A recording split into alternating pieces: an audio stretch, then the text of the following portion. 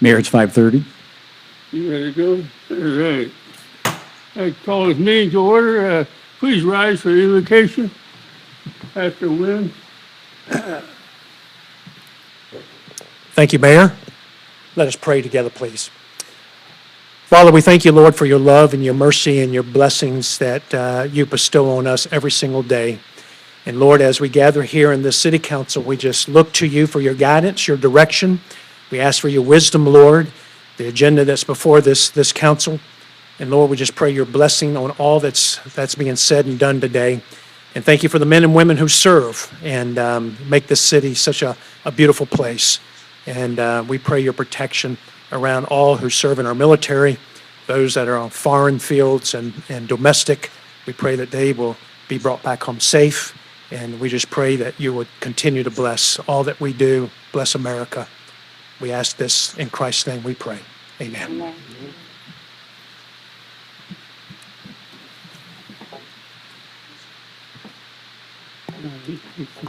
I pledge allegiance to the flag of the United States of America, and to the republic for which it stands, one nation, under God, indivisible, with liberty and justice for all. This hearing device runs about 5 seconds late. So But then we do. last your last meeting, it didn't work. So I don't know. Okay, we have approval of the minutes. We have I'll call the roll. any changes? If I call the roll, Roll call. Councilmember Bogas, Here. Councilmember Purdon, Here. Councilmember Carr, Here. Mayor Steinmeier, Here. Councilmember Corey, Here. Councilmember Fullick, Deputy Mayor Forbes. Here. Okay, Mayor's welcome. I'm glad you're all here. We got through the traffic was normal for this time of year. It's been like that since 1948. I can vouch for that. So nothing new in Bonita. Public comment on the I agenda? motion to approve the agenda. We kind of Yeah, we never had a motion Second. before. Do we need a motion to approve the agenda? It's our agenda, yes. I'll second. skipped in a second. Roll call, please. Councilmember Bogas, Aye. Councilmember Purdon, Aye. Councilmember Carr, Aye. Mayor Steinmeier, Nay. Councilmember Corey, Aye. Councilmember Fullick, Aye. Deputy Mayor Forbes. Aye. Okay. Public comment on the agenda? Well, I welcomed you already. Yes. Public comment on the agenda? No public comment? Have anything other than a public hearing, I don't have anything to add. Except 10A and B? Anybody else? Okay. 8A, presentation with Lee County. Thank you, Mayor and Council. At this time, I would like to introduce you to our county manager, Dave Harner, and he will be introducing his team. We did provide you with a copy of some background information, a PowerPoint. They're happy to go through that with you, but also instead, they're also happy to give you a brief overview of the progress of the Resiliency Task Force and the next steps that the county will be taking. Thank you, Arlene. Good afternoon. I appreciate you giving us the opportunity to come speak with you today. Today I have with us Christine Brady, our Assistant County Manager, Ben Avis, our Public Safety Director. He's also the point person for the task force for the county. And with us with Haggerty, I have Tracy Phillips. Man, I forgot her last name. Isn't that terrible? I have Tracy Phillips with Haggerty with us today as well. In our second presentation, we have Glenn Salyer, our Assistant County Manager, and we also have Jeannie Sutton here as well for the second presentation. Today, we just wanted to talk to you a little bit about the task force and the long-term recovery plan that's coming before you. This plan is just an overarching plan. It isn't specific to any one entity. It's an overarching plan that meets the needs or has the needs of the community involved. So a lot of public input is in this document, as well as a lot of branch member input. This document is very important for us as we move forward as an entity and as a county, not Lee County, but as a county together, when we seek grants. What Lee County ultimately is going to do with this document, we are not going to amend the document that we have before us. We don't believe there will be any significant changes coming through the next council meeting or the next committee meeting. So we plan on bringing that forward on the 20th of March to our board to approve.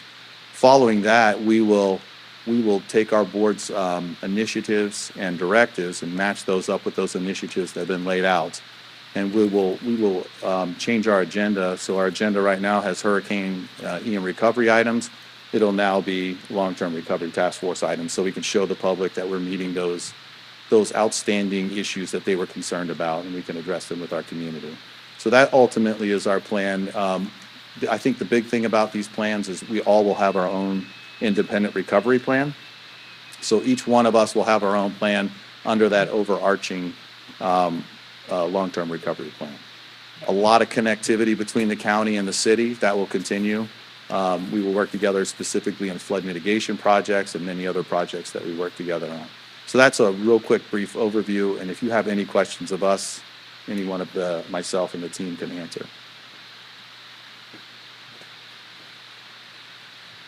Yes. Dave, would you highlight some of the important initiatives that the county is first looking at in terms of what they're preparing to do? I was thinking about stormwater management, affordable housing, and so forth. All those, what I think is really good about the long-term recovery plan is it aligns with a lot of our board initiatives. So your housing issues, your flood mitigation, all those components that are a part of the plan align with a lot of the strategic priorities that our board has set forth. So for us, I think it's rather simple. Again, we don't plan to amend that plan at all because it all fits. The plan is really just you consider this, consider that, but it meets a lot of the needs that our board has set forth. So I hope that answers your question. So Mayor and Council, at coming forth soon, we would be asking for a vote of approval to be able to forward to the county commissioners. We can make this an agenda item next item as well, so that Councilmember Corey can attend the next meeting. But as the county manager said, we're not anticipating any significant formative changes. This is in format the same report that you've seen since before the holidays, in pretty much. And we would be doing the same as the county in formalizing these into initiatives for long-term recovery. Many of those are consistent in long-range goals, even without our borders. Like we've talked about the berm with the Kuiper Preserve, that would be a continued project we'd want to work with the county on as part of our long-term recovery, and stormwater initiatives as our number one priority. And I actually thought it was great. I mean, it was long, but the long and the short of it was we want to identify what we didn't prepare for, what we will prepare for, how we're going to prepare for, and kind of tweak all our mistakes. So it's the only way we can move forward with weather. I mean, Mother Nature has her ways. So I thought it was great, the way that you kind of broke everything down, and your team was very thorough. Anybody else? Thank you. So if you're all comfortable, we'll have this as a formal agenda item for your confirmation vote for the county at our next meeting. We go on to lease shares. now? Yes, the next presentation, we'll have Assistant County Manager Glenn Salyer and Jeannie Sutton from Lee County, and they're going to be giving you an overview of regarding the Lee Cares Hurricane Ian Housing Recovery Program. Good Welcome. evening. Thank you. I'm gonna pull up a presentation here for you.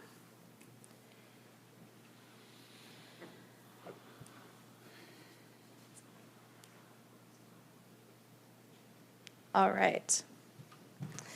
As mentioned, I am here today to talk about the Lee Cares individual housing programs. So just a little bit of a recap. These programs are, hold on one second here. There we go. These programs are part of our community development block grant funding that was received as a result of Hurricane Ian. Just a little bit of a recap, we did receive $1.1 billion from the U.S. Department of Housing and Urban Development. Of those funds, we have allocated approximately $241 million for individual housing programs. About 175 of that will be for rehab, reconstruction, and elevation of homes, both owner-occupied and rental properties. An additional 10 million for home purchase assistance, and also 56 million for voluntary residential acquisition. We'll take a little bit of a deep dive into each of the programs to give you a concept of what they entail. For housing rehab, reconstruction, and elevation, this program is intended to assist property owners, again, either owner-occupied or renters, to make necessary repairs to their home. So the home had to have been damaged by Hurricane Ian. And then we'll assist them to either rehabilitate it, completely reconstruct it if necessary, or elevate it if it is required because of where it is located within the floodplain. We're also providing home purchase assistance, which is assistance to help people that are income qualified to purchase a residence outside of the special flood hazard area somewhere within Lee County. This program provides up to $75,000 worth of assistance towards down payment, closing costs, mortgage guarantees, and a whole variety of other options to help get someone into a housing unit. And last is our voluntary residential acquisition program. This is intended to assist homeowners that own repetitive loss properties, meaning they've experienced more than a few flood losses in the last several years. And again, with the other programs, they have to have owned the storm or storm-damaged home at the time of Hurricane Ian.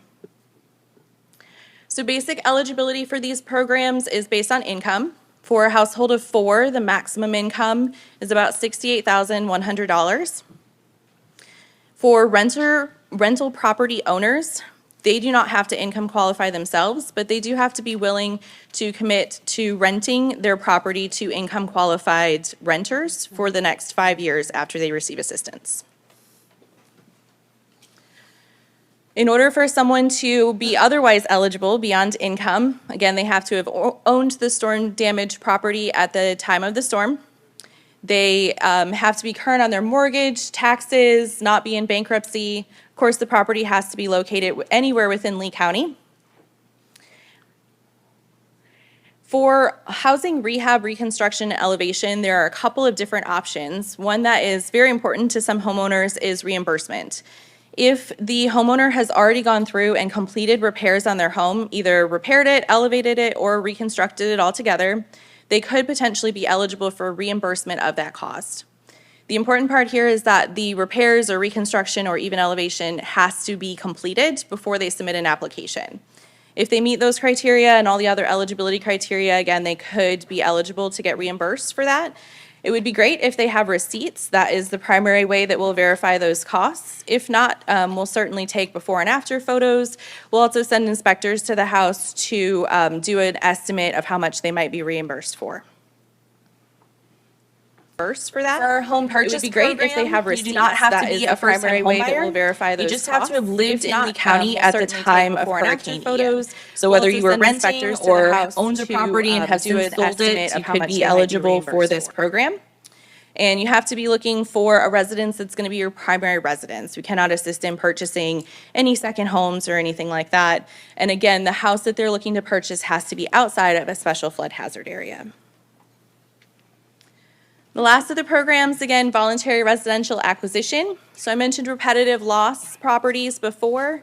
Repetitive loss means that they have had 2 flood losses that have been paid out by an NFIP flood insurance policy that exceeded that $1,000 mark sometime in the last 10 years or any 10-year period since 1978. Same as with rehab, they must be current on their property taxes, mortgage, not be in foreclosure, and of course the property must be within Lee County. One of the common questions that we get for these programs is, are they eligible to apply if they received assistance from FEMA or insurance? The answer is yes. However, the award amount that they may be eligible to receive from CDBG-DR may be reduced based on the amount that they receive from FEMA and the insurance company. So it's important that anyone who has questions, go ahead and submit an application, and the case manager will work with them to determine what their maximum award amount will be and how much assistance they're actually eligible to receive. So if someone is interested in applying, it should come up here. Next one.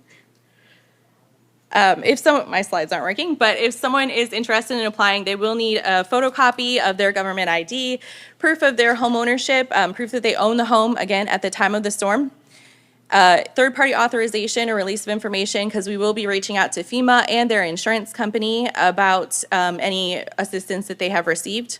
And they'll also need to provide their income documents.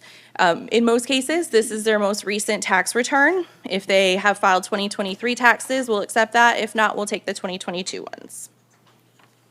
So most important information about where to apply. So you can apply online, leeflcares.com. We also have a mobile application that is available within the Google Play Store as well as the Apple App Store. And we also have intake centers where someone can go and apply in person. So the primary intake center for the Lee Cares program is on Gladiolus. That center is open Monday through Friday from 9 a.m. to 6 p.m. And we've also partnered with the city to provide a case manager on site within the city council building on Thursdays from 8 a.m. to 5 p.m. So that case management team will be on site here on Thursdays to help with any applications, walk-ins, answer questions throughout the month of February and potentially continuing into March if there is a good volume. And that is all I have, unless you have any other questions. Mr. Mayor, Go ahead, Fred. real simple. If you give any of these grants, whether it be elevating a home or whatever, and it's in a city, I'm assuming the city codes, zoning, setbacks, all that, and building permits would be issued by the city. Absolutely, yes. Our construction team has already reached out to any of the code and permitting folks in each of the municipalities. No.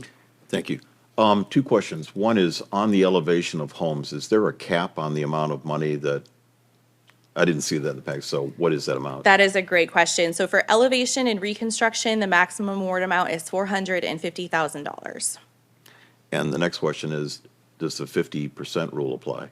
Yes, absolutely. If the repairs needed exceed the 50%, then we will go ahead and elevate the Including house. the elevation? Correct. Thank you. How are you getting communications out about this to people that would be interested? That is a super great question. So we are doing door-to-door outreach as well as mailers. So to date, I believe we've reached about 12,000 households through door-to-door outreach. The outreach teams are working their way from essentially downtown Fort Myers all the way out towards the islands, and will work their way down here to Bonita and Estero. And then the mailers are coming the opposite direction. So we're sending mailers out, starting with the islands and then working our way inland.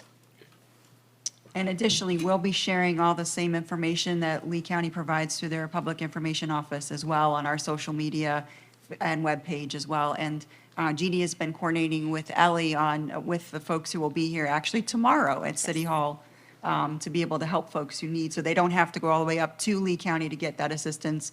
We're also able to help with photocopies, anything they need to help make their application go smoother. Anybody else? If you're out of work and you don't have any money, you're where do you go to? Bonita Assistance Office?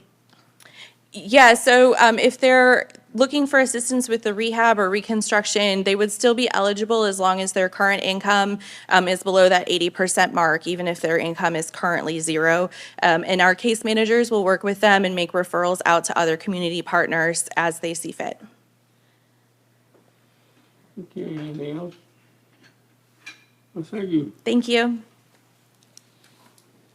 Okay. About the consent agenda, we have a We have motion to another. approve. Motion to approve. Second. Thank you. Be careful out there, there's a lot of traffic. Yes, roll call, please. Councilmember Purdon. Aye. Councilmember Carr. Aye. Mayor Steinmeier. Aye. Councilmember Corey. Aye. Councilmember Foley. Aye. Deputy Mayor Forbes. Aye. Councilmember Bogas. Aye.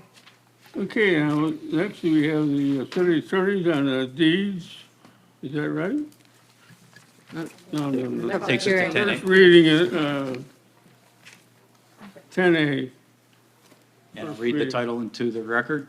This is the first reading of an ordinance of the City of Bonita Springs, Florida, amending the Bonita Springs Land Development Code, Chapter 4 zoning, to amend Chapter 4, Article 5, Division 11, Subdivision 2, Downtown Form-Based Code, Section 4-866, creating an administrative variance process, to amend Chapter 4, Article 6, Division 17, construction of fences, to adopt Chapter 4, Article 6, Division 44, employee living facilities, creating property development regulations for employee living facilities, providing for conflicts of law, severability, codification, scrivener's errors, and modifications that may arise from consideration at public hearing and an effective date.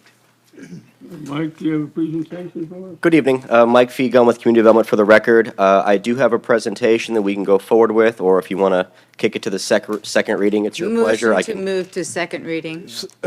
I second that motion. Any comments? Roll call, please. Councilmember Carr. Aye. Mayor Steinmeier. Aye. Councilmember Corey. Aye. Councilmember Fuller. Aye. Deputy Mayor Forbes. Aye. Councilmember Bogas. Aye. Councilmember Purdon. Aye. Okay, you're on deck, Mike. If you read these, So that takes us to item 10B.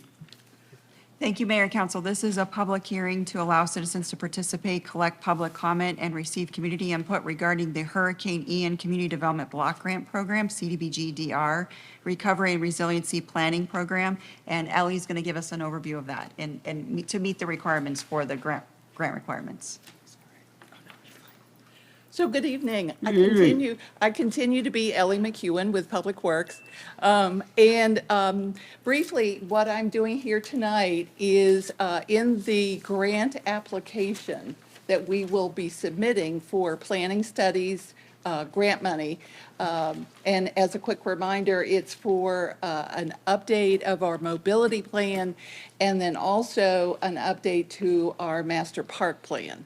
And so part of that grant application is that we garner public input for those two projects. And so this is the time for public to step forward if they wish to comment on those two projects. And then when I submit for the grant, what I do is I take the minutes from the meeting along with any comments that we receive from the public and include that in the packet for funding. So at this time, because we have two distinctly different plans, we'll take the update of the mobility plan first.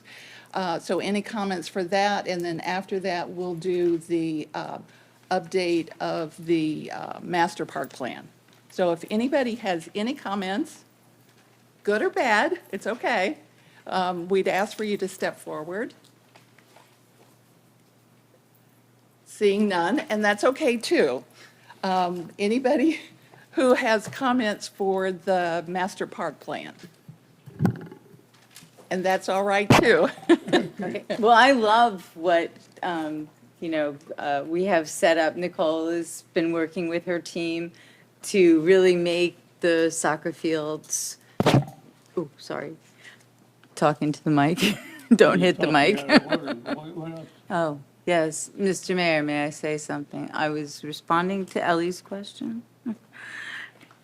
what's the Anyway. soccer got to do with, she's talking.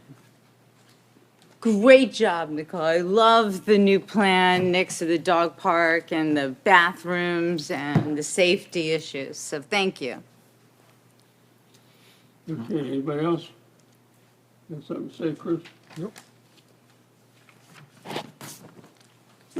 Thank you very much. I appreciate your time. Thank you, Mayor and Council. As you're aware too, Ellie does this annually through the other allocations that we receive. We're required to do these same public meetings. And typically, hopefully it's an indication we're doing a great job that there isn't a lot of public comment on those individual items. So thank you. Okay, now City Attorney, you're on deck. I am. Thank you, Mr. Mayor. First item I have is accept some donations from BG Mine and a related entity, Bonita Grant 80. These are inclusive of the minimum 30 acres for the new park that'll be on the border of the Larry Kiker Preserve, as well as drainage and pond parcels and a right-of-way parcel for the road up to continue Bonita Grant up to the park. I will be working also to provide a new revised license agreement. There was one originally with the settlement when we had a different size and scope for the park. This will allow them to continue to excavate over the park lands and finalize the final designs. And what that will essentially mean is that when we come back in the future, we will come back with a revised legal description for the park because it's currently an excavation. And once they've reclaimed the shore edges, we'll be getting additional deeds for more land along the park facility.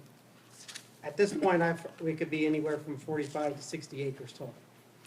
So that's the reason we haven't taken it until now. We've been trying to work on that, but just due to the way we're moving forward with everything else, I'm going to take at least the minimum down, and then we'll continue to work forward to get the rest done. Great. You're finished with the school board? The Is school that the board will next be item? the next item on the agenda.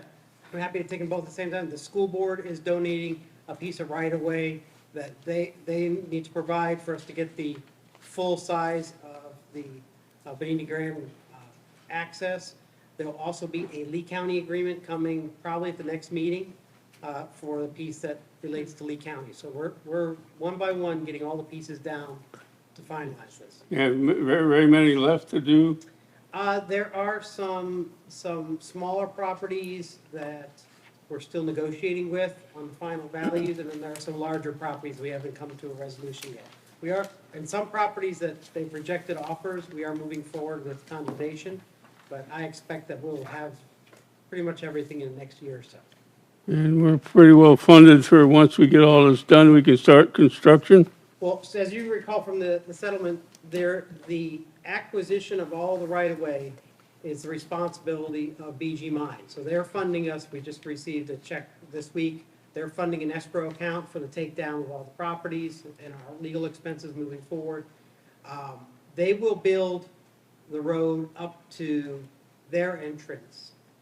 We will be responsible for the design of our park, the construction of our park, as well as the driveway up to that park from the main entrance to the BG Mine site. Okay, thank you. Great. Do we need a motion? Yes, please. I'd motion to approve. Second. And is my understanding that is to both Two. accept the Lee County properties and the BG. Yes. Thank you very much. Wanted to combine. Roll call, please. Mayor Steinmeier. Mayor Steinmeier. how? Yes, yes. Councilmember Corey. Aye. Councilmember Foley. Aye. Deputy Mayor Forbes. Aye. Councilmember Bogas. Aye. Councilmember Purdon. Aye. Councilmember Carr. Aye. Okay, we got a financial report? Yes, thank you, Mayor and Council. This time, Lisa, if you would come forward to present Oh, there she is. Yes. Good to see you. the December financial report.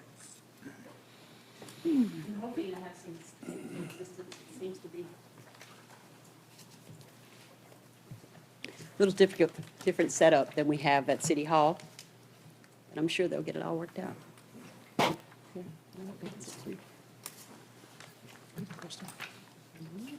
Lower the lights.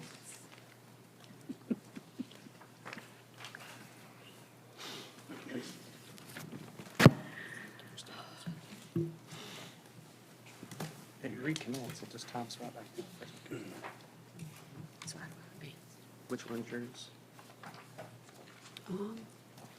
Seems like it's that one. Is that right? Nope, that's not me. Over to see, is it that one down? You just-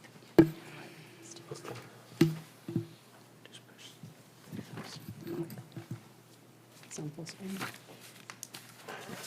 Okay. I have some exciting slides for y'all tonight. The state economists have been busy. They've given us some good data. So we're going to give you, tonight you're going to have a financial presentation for the first 3 months of our fiscal year. From a revenue standpoint, it should be noted that most of the revenues we collect in October are for the prior fiscal year. So just in case you've noticed. But we do try to show you fiscal year to date, current year, and prior year, so that takes that into account. So we can identify some positive or other trends. Okay. The issues there. Are they seeing me? Okay. Okay. Florida Demographic Estimating Conference. So we try to bring you all relevant data. The state does, just the economists do a great job of giving us estimating conferences on all the different things that affect the state's economy and us as well as we participate in that. The Demographic Estimating Conference, the population estimate for April 2024 is 1.51% over the prior year. Not as robust as we've seen in prior years, but still healthy growth. As we talk about a lot, the natural increases, again, are expected to remain negative as the deaths continue to outpace the births.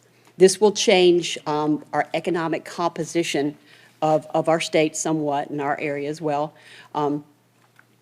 It's projected that the final baby boomers will retire in 2030. And after that, our growth will slow down a little more. Population growth over the next 5 years is expected to at least stay positive and about an average of about 1.32%.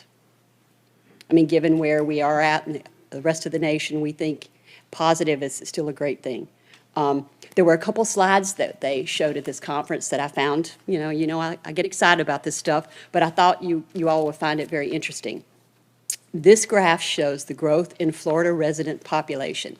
This one goes back quite a number of years, and as you'll see there, the first major dip in 2008, that was the economic downturn that the state had as a whole, and we in Southwest Florida felt significantly as well. So we have been going upward since then, but as you'll see, if you come up 2023, you'll see that they're projecting that the growth will slow. And again, this is kind of consistent with what they've been saying. It's not unanticipated, and all of our revenue projections and everything reflect that, but it's just something to watch. Florida, Lisa, yes, sir. now, in 2004, let's say, 1 million people, let's say in 2004, let's say there were 10 million people in Florida, and 1 million people moved in, that would have been 10% increase. Okay, so now out here, there's 17,000 people, so a million person increase would be much less than 10%. It'd be like it would make sense to me that the bigger the number, you might have the same number of people moving in. Yes, the But the percentage of percentage change, is the percentage of small. increase is dependent significantly on where they start from. Yes, you're right, from a percentage standpoint. But what I love about this, it shows us a pretty good trend. It's still coming. They are still coming, that is a great thing. This next one, Florida average household size. You all have heard us talk about the fact that a lot of our households in Florida, it's predicted that they are being occupied anew by retirees, baby boomers. And what we talked about, what that means to us and the state as a whole, is they act economically significantly different in some ways than, say, a household that has more members. Say if it's a household that has 4 or more members inside of it, economically it acts a little differently. So just changes our projections. It's very interesting to note. And so we've been hearing that the baby boomers are moving in and taking over the existing houses, constructing new ones as well. But you can actually see this on this trend line. You can see not only where we're at 2023, it has gone downward, and then they project still it will continue to go down, and that's the number of persons in a household. Our labor market estimating conference. We know, we've talked for the last, I think, year or so, that the state really started tracking our labor economic indicators and what our availability for our labor markets are. And that's when we knew, we felt it, the businesses felt it in the state and other areas too. But I think Florida's significantly been hard hit, so they've been tracking this, they being the state economist. they've identified what they've called an occupational areas of concern.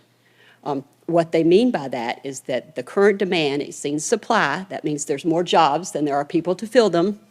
And they're expecting that to continue in the near term. And they go out 5 years with these projections. So again, they're trying to first identify it, quantify it, and then see what measures they can take to impact that.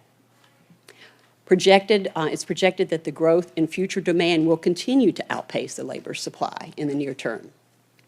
And they actually mentioned the healthcare industry was noted as a critical occupational area of concern statewide. And I mean, I think we all feel that. So I think that when they identify it and they can hopefully focus on some way of positively addressing this as we move forward, because it is a statewide concern, and we feel this here in Southwest Florida as well. Now to get to the city's financial data. This is our general fund revenue as of December 31st. We show you this each time because this pie is our regular recurring revenue. And as we move through our fiscal year, the percentages change significantly. As you all know, November, December, and January are where we get the most significant portion of our ad valorem taxes, our real estate taxes. People pay those early in order to get those discounts. So when we start our fiscal year, that is primarily the largest portion of our revenue, and the others we receive monthly. Now, this next slide, this is fascinating.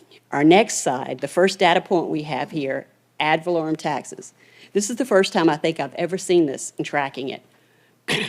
The increase that you see there, this is fiscal year to date, current year, as opposed to prior year, fiscal year, doubled. What this is telling us is, from a real estate taxes standpoint, we had double the amount of people pay early, pay in November and December to get the maximum discount. I think that's a positive economic thing, as opposed to last year. Last year, we were in a different situation, with the impacts of Ian on the real estate market and things of that nature. But I just think it's a good, positive sign. And the other revenues that you can see listed there, again, these are our regular recurring general revenues. You can see they're pretty consistent year to year. Again, a positive sign. Mr. Mayor, may I ask a question Yeah. while we're on this? Oh, nice. Okay. In 2021, our land values shot up huge. Now they're coming back down. So will then we adjust the taxes downward, or do people have to petition to have their taxes adjusted? Well, the valuations are set by the Lee County Property Appraiser each January 1st. So, and we look again to the state. The states do a really great job, the state economists do a really great job of rolling out the real estate taxes. They project them out for the next 10 years. That's because some of the local governments are very, very dependent on real estate taxes. That's a lot of entities, that's all the revenue they have. So they will be projecting the growth rate with that. So I hope did that answer your question? No, land value, extremely high in 2021, is now being adjusted down to more realistic numbers. Will we then have to adjust our revenue coming into the city? Well, each year, we will look at what our taxable value is and what revenue that would generate. And various different things take into account for that, because of land value, we have our different pieces. We're about 70 or 80% residential. That tends to move one way, and then commercial will move the other way. And then some of our other types of lands that we have, based on the land use, the economy affects them differently. So at certain times, your residential may be moving up, your commercial may be moving down, and vice versa. So it'll be a combination of all of those. And we look at that each year, and we make a decision about how we should address that to make sure that we have the revenue that you all need in your budget. And you're confident and you're comfortable? Yes, I am. Okay. The state, I was going to put it on here, but I thought I'd wait until next time. Next time I'm glad you asked that, because you can segue into the next time I come before you. I'm going to give you guys some economic data about some of the revenue projections, the state ad valorem revenue projections. I'll put that on the next one. We can see where they think. They do countywide, which is we tend to operate a little differently, but it gives us a general idea about what the state economists are thinking about the real estate tax values. Thank you. Okay? I Yes, sir. believe that property values went sky high in 2023.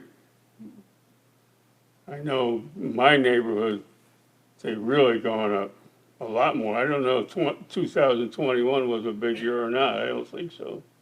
But this think different- 2023 is a tremendous increase of the homes that were occupied, that could be occupied. The last 22, they had a lot of people on the street with their homes destroyed or unlivable, which had an effect on our income, but we've survived that. I think the property value now is higher than it was in '21. And that would be a parcel by parcel basis. We'll have to wait and see, but yes, Just a point of clarification, Lisa, it's not really the property values are going down, it's the percentage that they're increasing is going down, correct? Excuse me, can you say that one So more? Yes. the percent, the rate the property values are increasing, that's what's going down. The Yes, value of the properties Yes, is not yes, going yes. down. So the growth rate, yes, the growth rate is projected to slow down somewhat, yes. Back And to that's normal. what, back to, hopefully back to normal, normalizing. Now, they are talking about, and we'll talk about this next time, they've been talking about the housing market, and the new starts. As you know, we've been talking about it, our new starts have not been that significant.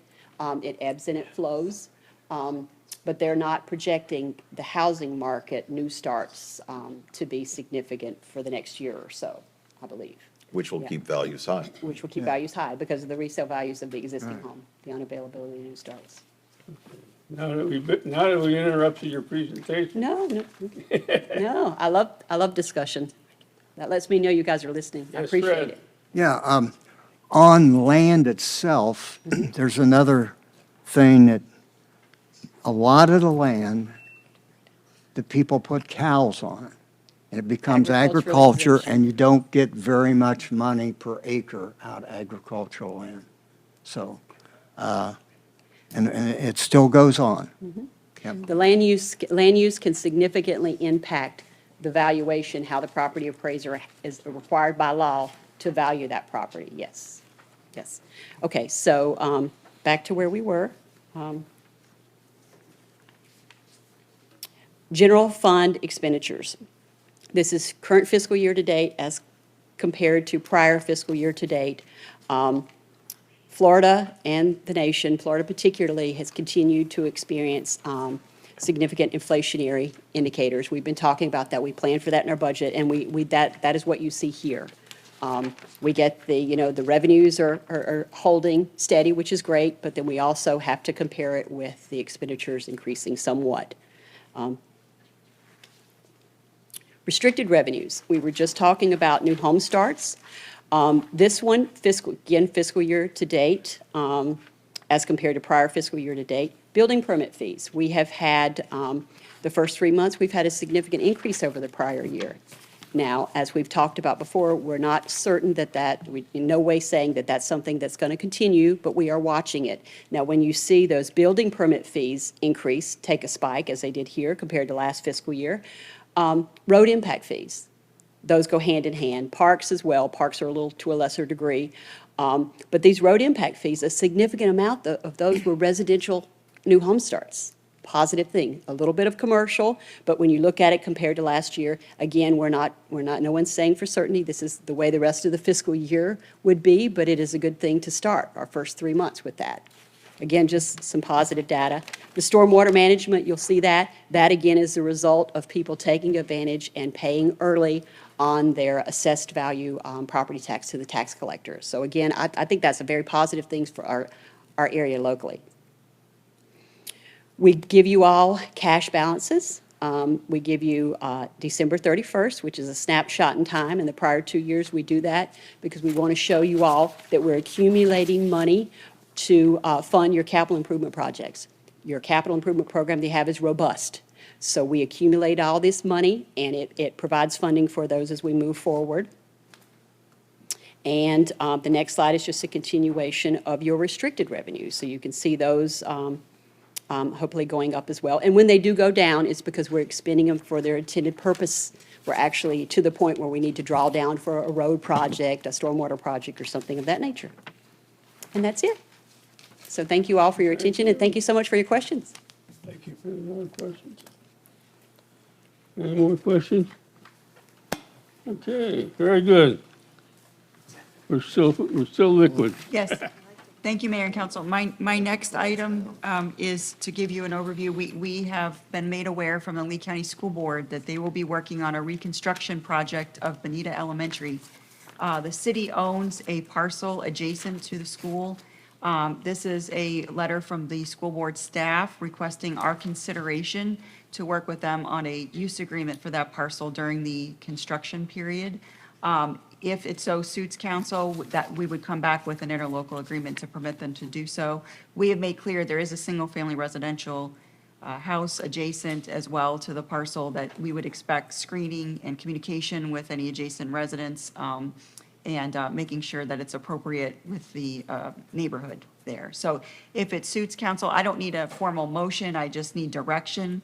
Then it would come back in a form of agreement with their school board attorney and Derek as well. So Motion to, This will allow the workers not to park on the street and have a place to stage their, So yes. it's on some of you Horn Street for the may middle. recall, there, it sometimes uses overflow parking for this, unofficially uses overflow parking right They now. could for the use school, that, But they need to officially use it for the storage of equipment and the better mechanics of doing the construction project. And one of the good things is they will continue to have the students at the school during the construction project, so that's at ease for the children attending there who, it is one of the most walked-to schools, if not the most walked-to elementary school in Lee County. Very good. Yes, Yeah, I would just say, I mean, they need to get it in and out as soon as possible. I mean, we kind of need to express that. It's better than, if y'all remember, there was discussion about them trying to put it over by the racetrack, where the former racetrack was, and that was a horrible idea. Maybe that was a red herring, who knows? But bottom line, I think this is better than that. But with that said, they have a limited rope due to the fact that they're in a residential. So we need to make sure that they're being expeditious as possible, as least disruptive as possible, so that we can not make a major negative impact on those folks who are right across the street. and Derek will make sure like insurance or any necessary issues. We'll make sure everything's. Because I say move forward. okay, you've got direction. Thank you. Yeah, Yeah, so I have a few other additional updates. We received communication, just as an update for council, we'll be sending out all the dates. The Lee County Charter Review Commission continues to meet, and as part of that process, they're going to have, all of the meetings so far have been in downtown Fort Myers. They are going to go to different locations. The one that will be closest to us will be March 12th, 2024 at 5 p.m. at the South County Regional Library in Estero. So we'll forward all those dates to you in case anyone would like some participation, but they wanted to make sure you all were aware of that as well.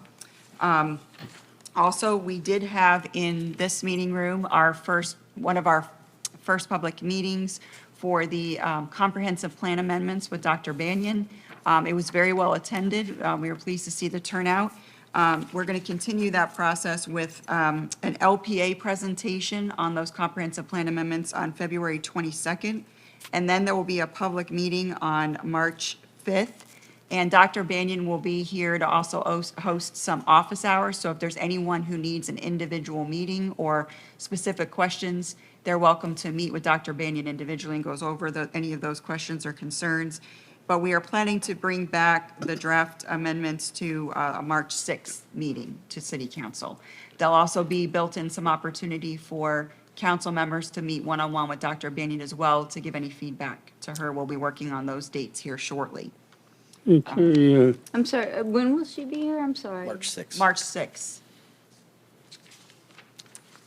okay. And then the Council, last thing I did want to bring up is, we've been made aware of part of the process of funding for the CDBG DR program that the county is participating in. There has been a resolution by the county commission that there be a advisory board to provide recommendations to the county commission on the grant programs, on the grants that are submitted for funding. The makeup of the committee is asked to be a member of the community. It is not asked to be an elected official or staff. That decision does not need to be made tonight, so we wanted to make sure you're aware of it. And as that process moves forward, I believe they're asking for someone by March 1st, so you have an additional meeting and allow you all to discuss that as you see fit. And we'll be able to, they would be required to fill out a Lee County committee, similar to the city has a volunteer committee application, Lee County has one as well. They would have to fill out an Lee County application form as well. Yes, Jesse? I would just like to say, I think that's BS, for lack of a better term. Because, Echo. because why are we gonna have, okay, so if we're gonna get, we had all these other committees to begin with, right? So now we're gonna have somebody who's non-staff, non-elected, so who's that leave us with? Somebody who has a vested interest in it? The only one Or I best, it looks like, suggested, Terry Lawhon, or Well, Rhonda okay. Lawhon, Okay, give me who one was sec. born and raised in the city, Okay. and knows He's everything an we're elected doing. official. hold on one sec. So, That's- so they I have it have the set up. same opinion. Okay. They have it set up so that it's not going to be anybody elected and it's not going to be staff. My issue with that is this.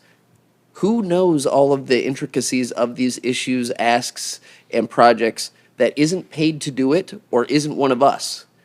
There's not anybody who I can think of. I mean, there are former council members who maybe they pay attention, but other than that, for the most part, who's going to fight for us like us? And I feel like it reeks of crony political BS when you're putting people who are not appointed or people who are not actual representatives of the city in a position to now be carrying the ball for the city. How do we even come to a consensus on who that might be? And I'll echo, there's no accountability. I mean, what if somebody's spouse becomes ill? I'm not going. I have to take care of my husband. Because we would show up. We would be there, or our representative staff certainly would be there. And I don't think And we're on top of all these issues. they don't have the vested interest that we do as a city. We understand the millions of dollars that we put into this budget. We understand the millions of dollars that are in each one of these asks, and we understand why each one is important. If you get Joe Q Public, who we all happen to like, that's great, but we have a committee of a bunch of people that are either liked by the councils or have a direct interest in the area. And I don't think that's a good recipe for the best advocate for us as a city. So holistically, I think the idea is a bad one. And I think that we need to, I've already told Sandelli, but I think we as a council may want to express that opinion to the commissioners, because I just. Absolutely. It doesn't pass the smell test, and optically, it looks like a really bad deal for I us. take the word, it's a CYA for the county. Mr. Mayor? Question? We definitely cannot have a staff member as a representative? Right, so they're saying that we can't have Matt or Arlene Correct. go and do it. Like we do, when we did the state appropriations, Yeah, the federal no. appropriations, we send, Matt or Arlene, or Matt and Arlene, because they know it. Instead, they're saying, okay, no, let's pick Joe Q Public and we'll try to brief him and then he can go fight for us. No disrespect to anybody in the public, but at the same time, if you don't have the vested interest in the knowledge of these things, to try to get somebody caught up and then go make the fight for us doesn't make sense to me. It's not the best foot forward for us as a city. What are the repercussions if we don't send somebody? I asked that to our, Well, so I believe this board is going to be making recommendations to Yeah. the county commission, so they'll be reviewing all of the submissions. So we wouldn't In have my- representation. In my professional opinion, it would be good to have somebody to representing the be. city. How you decide you want to provide that ask to the county commission. Because if we don't have a seat at the table, that would be my concern, in making sure we had all the information available to us. Absolutely. Jesse had a good idea, though. I think it was an idea, if they were interested, how about a former council member?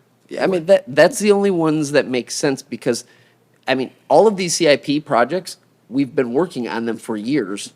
So somebody who comes up right now is gonna have to get completely caught up. Like an Amy and Gibson, at least Amy and Gibson, they were here when we put them in to begin with. So we're not catching them up from zero, but at the same time, I just think, if we do, Arlene's point is if we're not at the table, we're on the menu, which is a very good point.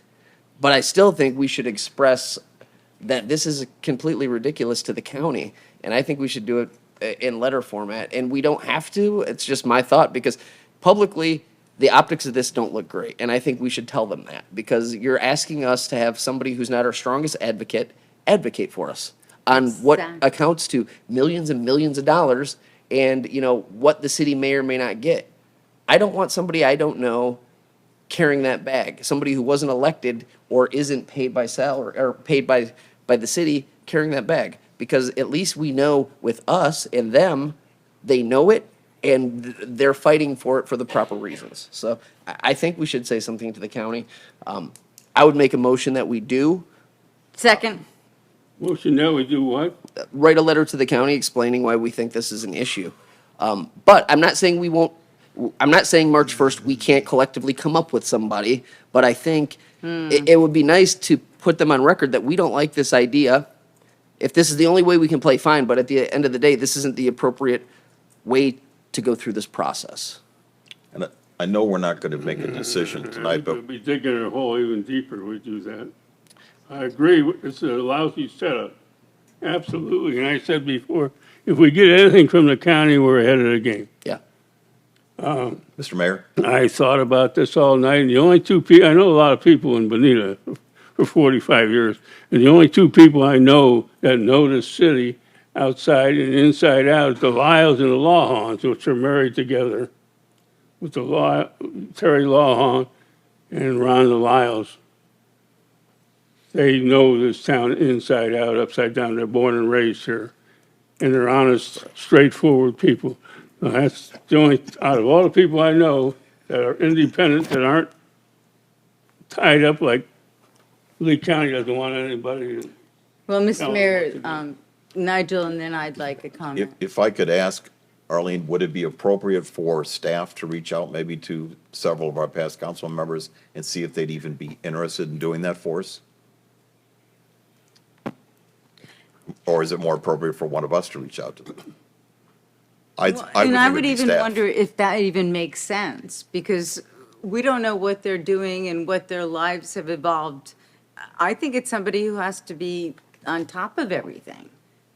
So I say we tell the county commissioners, we don't accept your game plan on how we have to pick somebody to represent us. But in the meantime, I don't want to be where we were when we got the first, you've got 2 days to come up with all of these committee members.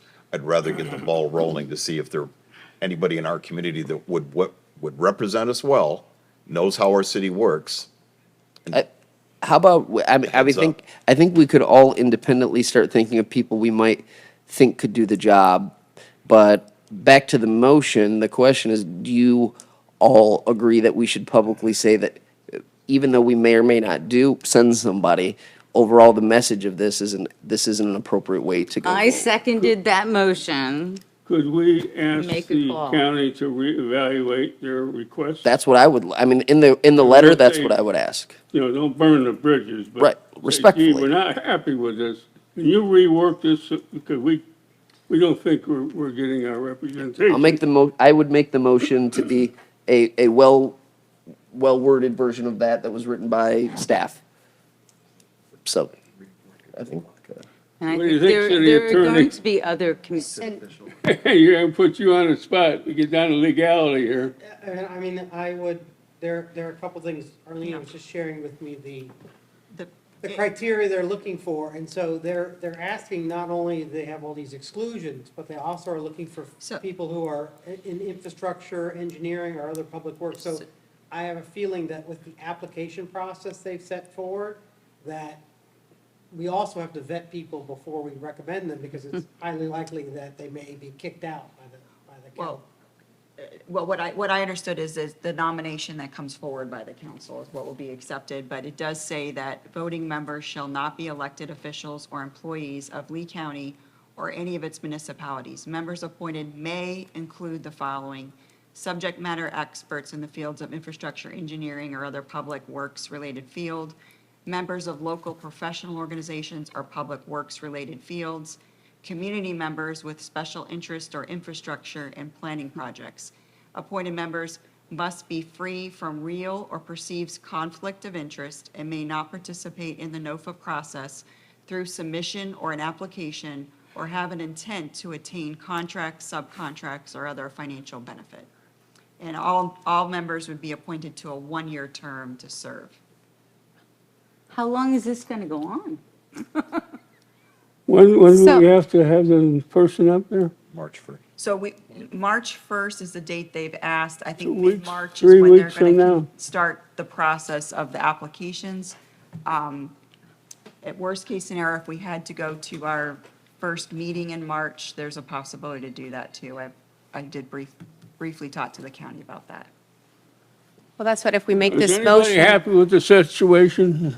I have a question. Can we take a vote? Nobody's happy Jamie with has a it. question. If we make this motion and we come to the county with it, we should have hopefully an answer by the next meeting. And then if we all are thinking of who possibility that we could have if they're not going to accept it, then we can discuss it at the next meeting. So I would say, go ahead with motion. I would think if we brought it towards them, that gives them a couple weeks to say But, yea or nay to it. Clerk, can we run a quick vote as if anybody's in favor of the status quo? Councilmember Corey. What am I being asked? So if you vote in the affirmative, you're essentially saying that we would have staff prepare a letter explaining our discontent with this process. Aye. Aye. Councilmember Foley. Deputy Mayor Forbes. No. Councilmember Bogans. Aye. Councilmember Purton. Aye. Councilmember Carr. Aye? Mayor Steinmeier. All right. Okay. Is there any particular recommendation you like in the letter as to if they change the process that you would prefer to see a representative council or? My recommendation, and this is completely what you guys think, to me, it makes sense that it would be the city manager and assistant city manager because they're the same ones who advocate on a state and federal level for our projects. Yeah. So Exactly. they know them inside out. So even better than any of us, I feel like Matt and Arlene can make the story and the fight for Bonita better, even better than we can, because the politics is out of it and the knowledge is there. So I would ask that it be staff. Specifically, the two of you, I don't know if you need to say specifically city manager and assistant. I was just but- going to put Matt I up, think, but- I think it's enough direction that you prefer the board be made of staff from all the jurisdictions. Yeah. I think that's a key point, because you can't send your staff, say they give you a special dispensation, and then you go send your staff up there to every political appointee in the rest of Lee County, it's either you fundamentally are changing the organization of your request, or you're not. But it's really not a fair playing field if for some reason you get some kind of discord where Bonita's staff is arguing against every elected official. Are the other municipalities in the same boat as we The are? requirement is every municipality Yes. in Lee County. The requirement is for every municipality in Lee County and each In the county Same commissioner situation, no has an elected official. appointee. And to Matt's point, I'm amenable to saying staff and keeping it with no electeds. I mean, it's not important. The only reason I think it's important for the electeds, because I know that they all know the issues, and I know the issues, so that's why I'm comfortable with that. But if it makes it cleaner and easier, as Matt alluded to, I'm comfortable saying staff and keeping us out of it. Just, I want to make sure at least we have the right people fighting for us. Well, my point, it's not about your staff. It's if you send your staff to a board that has a bunch of people that are not staff. Staff, right, you- so that You too. will have an adversarial and unfortunate outcome would be my Well, prediction. but you could have competency You pull your versus microphone up ignorance. there a little closer. So in the ask, we would say that we would ask that it would be staff and we would keep it excluding the electeds, I guess. Is that how it would? You can't have a myopic view. Your recommendation is not just for Bonita, it would have to be for the entire process. Because if you keep it just focused on Bonita and say, we want Bonita's staff up there, you very well could send Bonita's staff up there to argue against a bunch of people who are not staff members throughout the community of Lee County. Okay, so we keep it open and we explain holistically the issue and say that it would be better if the entire thing was done by staff. That would, And then they can say yes or no. If that's the policy of, if that's the will of the council, yes. So Yes. I think what he's trying to express, that you need to go one direction, otherwise it's an unlevel It's playing too field for everybody. It's not, it's to have, staff who is, trained and familiar with these issues against, not against, or communicating with members of the public who, it's not a. It's not apples to cohesive- apples. It's not a cohesive process. So I think you all have direction on the spirit of what we want, and I think we're comfortable enough to give you, enough room to make it seem artful and not disrespectful, but also keep us all apples to apples in regards to who we're competing against when we're having the discussion. Mr. Mayor, it was pointed out before, I think, why don't we also authorize staff to talk to former city council members Oh. to see if they would serve? Well, I may have a recommendation. I'm sure you all have in your own mind individuals we've got many great previous council members, and some of you are closer with other ones. So it may be, there's no sunshine prohibited for you all to speak to whoever in the community you might think might be a backup, as we don't know how the process will work next. So whether that be a citizen or a past council member, that you do that and then have those names available and their availability at the meeting. And would staff be meeting with these people and giving them like a little course? I would highly recommend that staff would, should we go the course and we have a representative of our community, not an elected or not staff, I would highly recommend that we have the opportunity to brief them before any meetings, and then additionally brief with them after the meetings, and if not, attend the meetings And with them. could you go with them? Yes. Perfect. Mr. Mayor, question. Arlene, would it not be appropriate too to maybe reach out to the other municipalities and see if there's like-minded folks? If you have co-friends on additional boards and find out, there's no prohibition between you speaking to other friends of neighboring jurisdictions to see their thoughts on the same process.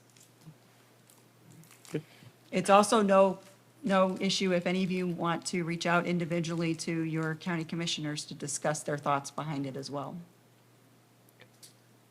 Thank you. Well, we come to a conclusion on this? Thank you. You We'll happy, draft, Justin? we will circulate a draft letter and individually receive your comments, and we'll go from there, for the mayor's signature. We're not happy with the way it is right now, so.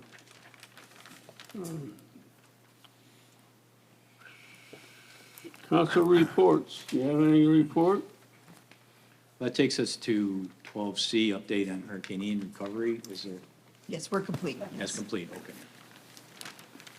okay. Anybody? Report? I can- Go ahead, doesn't matter. I can start. Let her start. I appreciate go the ahead. opportunity that council had with the Florida League of Cities to go to Tallahassee. I feel like we were able to make sure our needs were heard, and we appreciated the time that that Senator Pasadoma and Representative Botana had with us. At this time, it looks like we do have 2 out of the 3 projects moving forward, fingers crossed. And so we're hopeful for that.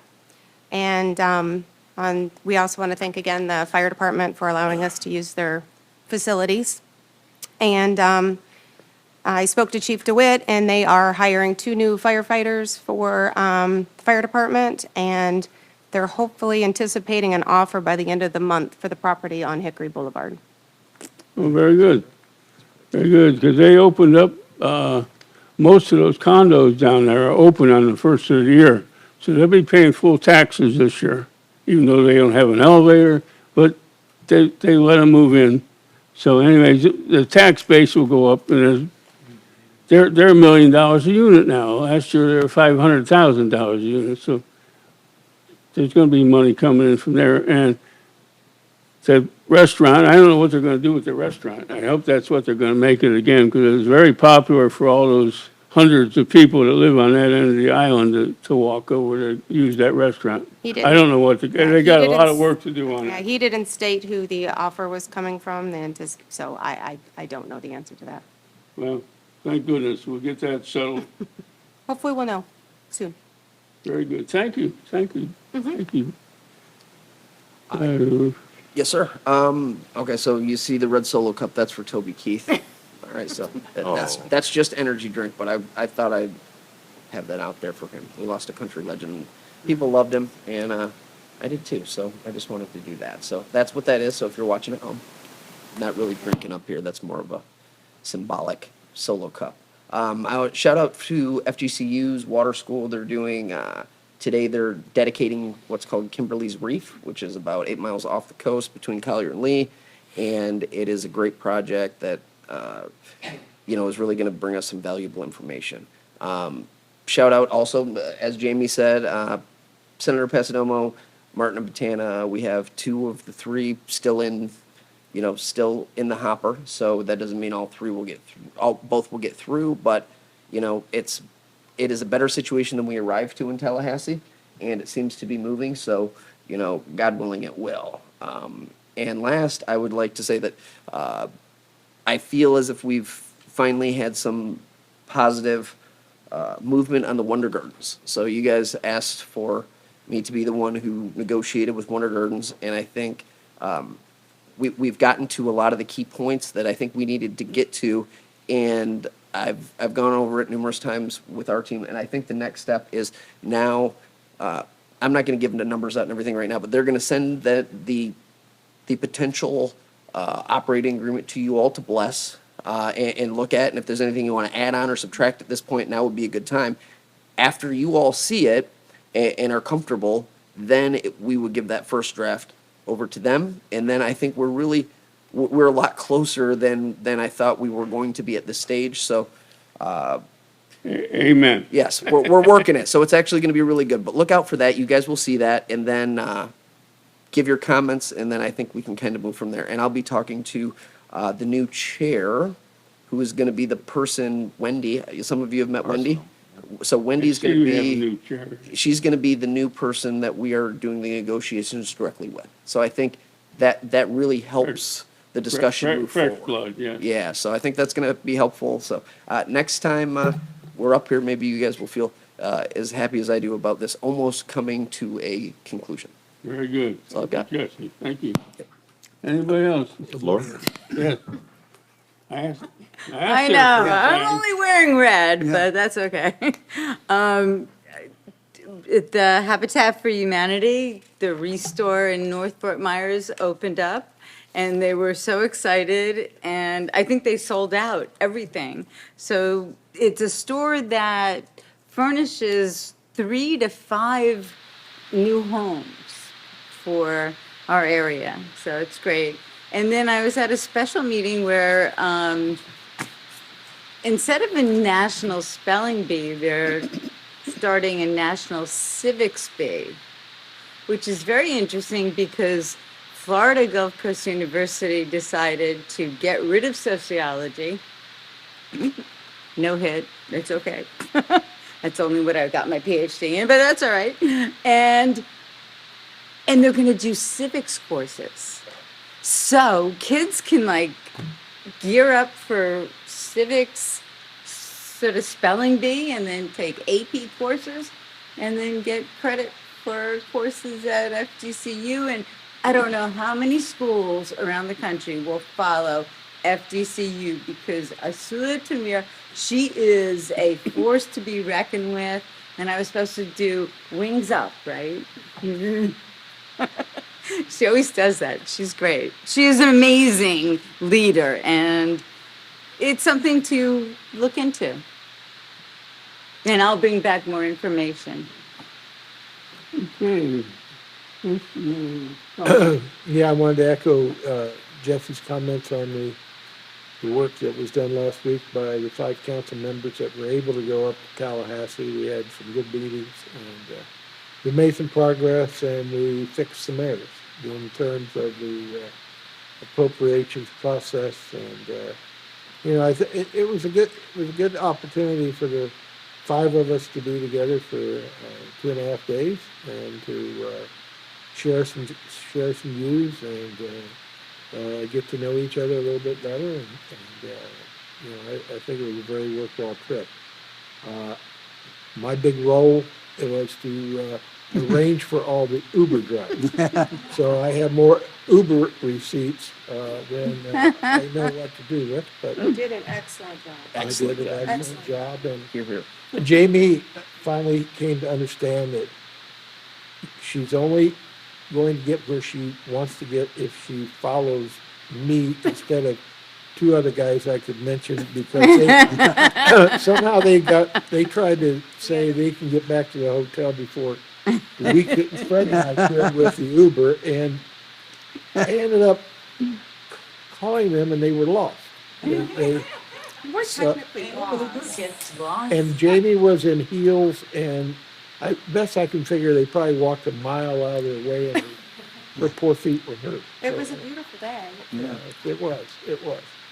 I also, for those that are listening or may not have noticed the agenda, I wanted to also point out that in the consent agenda, which everybody sort of flips over, we did pass the construction design build of the splash pad at the Banyan Tree lot, which I think is going to be a wonderful addition and something that I hope can get done so that the kids can enjoy it this summer. I don't know exactly the time frame. Matt's looking at me with, That was a design piece of it. So Oh. we'll be back to you with the oh, construction. well, the agenda item said design. But we want it done quick. Well, it's a design build process, but they will come back to you as they formulate that design with some community input, and we'll come back to you. So you're saying summer of '25? Hopefully, maybe we'll be able to Longest. accelerate some. Just start in the right direction. Yeah, okay. So, let me give a shout out for that. And, I also wanted to thank everybody that I saw quite a few people at the Paul Todd concert at the Presbyterian Church, which benefited the Bonita Senior Center. And if you've not been to a Paul Todd concert, it's a treat. It's something to go to. He's the music director of one of the churches down in Naples. He's a local guy, but he puts on a fantastic show. So I want to give a shout out for that. I saw the mayor there, so. Paul Todd, if you ever get a chance to hear him, he's been 20 years ago I saw him. He's doing fundraisers, he's going to churches, in St. Agnes, I think a Catholic church. Yes. down Yeah, he's a good. And he sings every Sunday or something. And he's an amazing person. I've never seen anybody hold a note as long as he can hold a note. Unbelievable. Did he get a haircut yet? Huh? No. No haircut. No, And it's Several things. One, no TDC report because the meeting's not until tomorrow, so I have nothing to give you all. Next meeting, obviously, will. Kind of a repeat on the thank yous, but a real big thank you for, first of all, Councilman Corey for throwing Jesse and I under the bus and for putting up with sports seats. The serious part of it is, while we were up there, we saw other behaviors and we have heard stories on other folks from other municipalities and legislatures, and I am so proud of the four people that I went up there with because they represented our city so well. When you get welcomed in and you can see people's body language change to, oh, it's the Bonita Springs contingent, the civil people.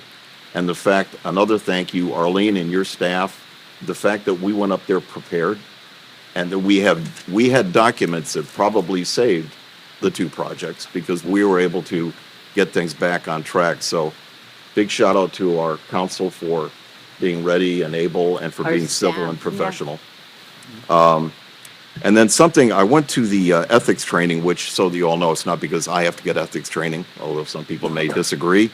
The fact is we have to take 4 hours of ethics training. Part of the training this year was some of our conduct, and what surprised me was that there is a cottage industry, maybe it shouldn't surprise us, of attorneys or law firms who are now watching council meetings. And if you use your cell phone or your tablet during a council meeting, you are now open up to public records. And they can subpoena that. And what they're actually doing is looking to file a suit and get a financial settlement. And it's not citizens, but we need to be careful what we do. The last thing that they commented on was the fact that if we talk about city business on our social media pages, open to be explored as well. As well. So they're out there watching us, Yeah, oh, yeah. not for the right reasons. Thank you. You're welcome. Fred? Yeah, I want to echo the comments. up, Mike. I want to echo the comments about how well the trip was in Tallahassee. A couple things came out that, in addition to things that we put in for, it looks like there'll be some money that Adam Botana is bringing into the city. It wasn't our project, but it will benefit the city. If it benefits the city, it's a good thing. So, looks like we might get some landscaping on Beach Road out towards Hickory Island. And keep our fingers crossed, but that one motion that what the mayor signed off on, and we made a motion to support it, it looks like that could get money too, and if we do, we're way ahead, because it's going to take a lot of money to do that intersection. So that's my comments. I think that we're in a good place. Okay, anything else? Public, Public comment? Hey, Jim, congratulations, you got the restaurant. Your boy's working hard now, huh? he's always working hard. For the record, my name is Jim Magnus, resident of Bonita Springs. I wanted to just thank you all, as well as previous councils. It's been a long road, but we finally got open effective January 11th. The community support has been just wonderful. Chris and I have just been overwhelmed with not only the council support, the staff support, community development, John Dolmer's group. It's been absolutely wonderful, and I just felt that it was important to come up and really give you all a big thank you. We started working on this in the very end of 2018, so it's been a long trip to get here, but we sincerely do. Chris and I sincerely appreciate. Our family appreciates all the support from the staff, from the council, as well as the previous councils as well. And I know this isn't the venue for it, but I'll stick around for a little bit. If anybody has any questions or any other concerns, we're happy to address those as well. We know that you put a lot of trust in us in doing this development on land that we purchased from the city, and we do sincerely appreciate that. Thank you. Thank you, Jim. Any more public comment? Anything else for the betterment of the city? We're adjourned. Thank you all.